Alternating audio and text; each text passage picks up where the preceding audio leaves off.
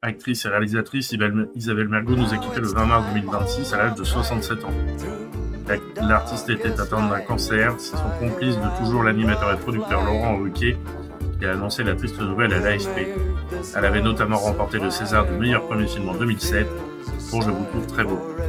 Sa famille, ses amis ont la douleur de vous annoncer que la réalisatrice, actrice et humoriste Isabelle Mergo est décédée ce matin à Neuilly sur Seine des suites d'un cancer contre lequel elle se battait courageusement depuis plusieurs mois, ont indiqué ses proches via un communiqué cité sur RTL. Actrice malgré elle, Isabelle Mergo multiplie les petits rôles au cinéma, apparaissant aussi bien dans des œuvres de qualité, La Dérobade, Diva, Agent Trouble, que dans des comédies franchouillardes, On n'est pas des anges, elle non plus, ça va faire mal. Popularisée par son cheveu sur la langue, elle se cantonne souvent au personnage de Nunuche et Cervelet et connaît son heure de gloire en jouant les professeurs lunatiques dans Prof en 1985. En 1991, elle décide de stopper sa carrière d'actrice de cinéma pour se consacrer à sa véritable passion, l'écriture. On lui doit notamment les dialogues et scénarios de Voyage à Rome en 1992 et Meilleur espoir féminin en 2000.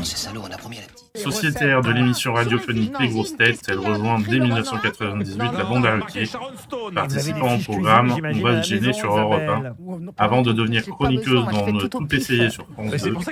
Elle s'illustre également dans les pièces écrites par l'animateur La presse est unanime en 2003 et Si c'était à refaire en 2005 et 2006. Malgré son manque de confiance en elle, Isabelle Mergo saute le cap de la réalisation en 2005, dirigeant Michel Blanc dans la comédie agricole Je vous trouve très beau. Succès surprise du début d'année 2006, récompensé par le César du meilleur premier film. Encouragée par ce galop d'essai réussi, elle reste fidèle au cinéma populaire et met en scène l'année suivante, Enfin veuve, une histoire d'amour contrariée interprétée par Michel Larocque et Jacques Gamblin. En 2010, elle met en scène un Daniel Auteuil tiraillé entre Médéa, Marine Lescaut et Sabine Azéma dans sa comédie Donnant Donnant.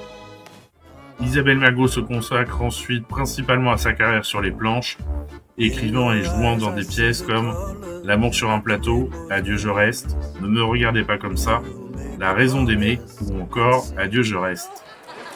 En 2017, elle tourne sous la houlette de Gérard Jugnot dans C'est beau la vie quand on y pense. En 2023, elle tournera son dernier film en tant que réalisatrice, Des mains en or avec Lambert Wilson et Josiane Balasco. Le récit nous présente François, futur académicien et écrivain célèbre, avec une épouse chirurgienne, un cercle d'amis de haut rang. Sa vie serait un bonheur parfait s'il ne souffrait d'un terrible mal de dos qui empoisonne son existence. Lorsque François, par le plus grand des hasards, rencontre l'incroyable Martha aux mains guérisseuses, ses douleurs de dos vont s'atténuer, il va devenir dépendant des mains de Martha.